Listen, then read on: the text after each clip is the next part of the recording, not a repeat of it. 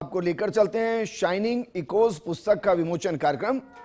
जयपुर के वेदा पाणिग्रह में कार्यक्रम का आयोजन हो रहा है। वहां से सीधी तस्वीरें आपको दिखा रहे हैं। फर्स्ट इंडिया के सीईओ एवं मैनेजिंग एडिटर पवन अरोड़ा शिरकत कर रहे हैं। पवन अरोड़ा शाइनिंग इकोज पुस्तक का विमोचन कर रहे हैं। सीधी तस्वीरें वहां से आपको दिखा रहे हैं। याशिका जैन है शाइनिंग इकोज पुस्तक की लेखक। ये तस्वीर आपको दिखा रहे हैं। विमोचन किया गया है पुस्तक का। शाइनिंग इकोज पुस्तक का नाम है और इस पुस्तक की जो राइटर हैं उनका नाम है याशिका जैन। फर्स्ट इंडिया के सीईओ और मैनेजिंग एडिटर पवन अरोड़ा पहुंचे हुए हैं, शिरकत कर रहे हैं और बाकायदा उन्होंने यह पुस्तक उसका विमोचन किया है। शाइनिंग इकोज इसका नाम। याशिका जैन इस पुस्तक की राइटर है। तस्वीरें आपको दिखा रहे हैं।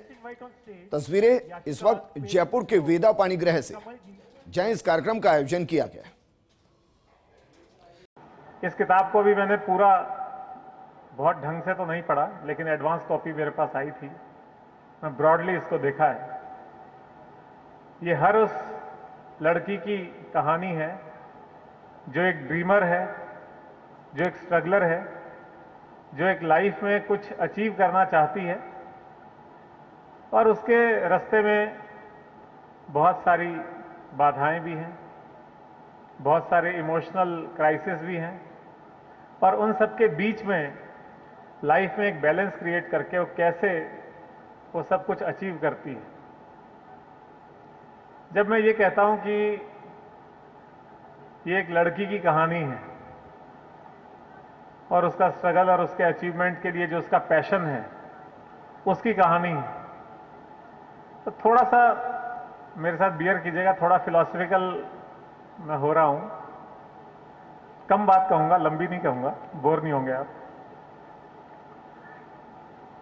अगर यही किताब कोई लड़का लिखता तो हमारा रिएक्शन क्या होता?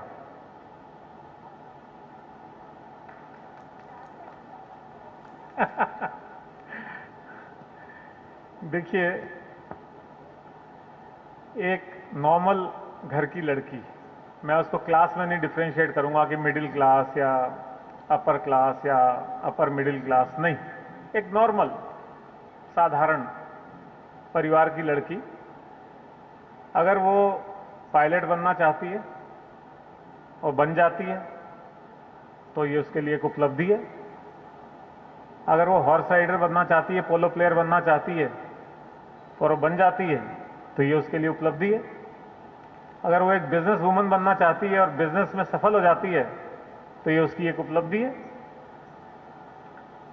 लेकिन या यूं कहिए वो आईपीएस बनना चाहती है, आईएएस बनना चाहती है, फौज में ब्रिगेडियर बनना चाहती है और वो बन जाती है तो उसकी बहुत बड़ी उपलब्धि है।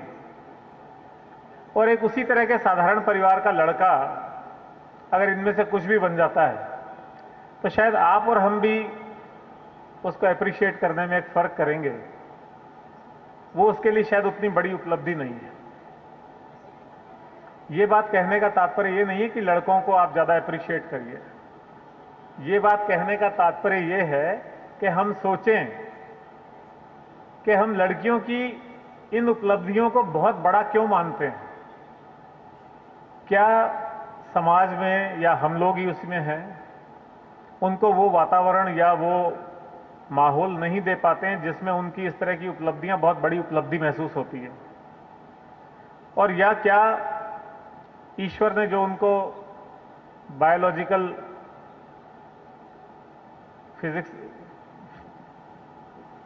फिजियोलॉजिकल जो एट्रीब्यूट्स दिए हैं उनकी वजह से क्या उनकी इस उपलब्धि को बड़ा माना जाता है। यानी कहीं ना कहीं वो लिमिटेशंस में थी, चैलेंजिंग एटमॉस्फेयर था और उन्होंने उपलब्धि हासिल करी। इसके उलट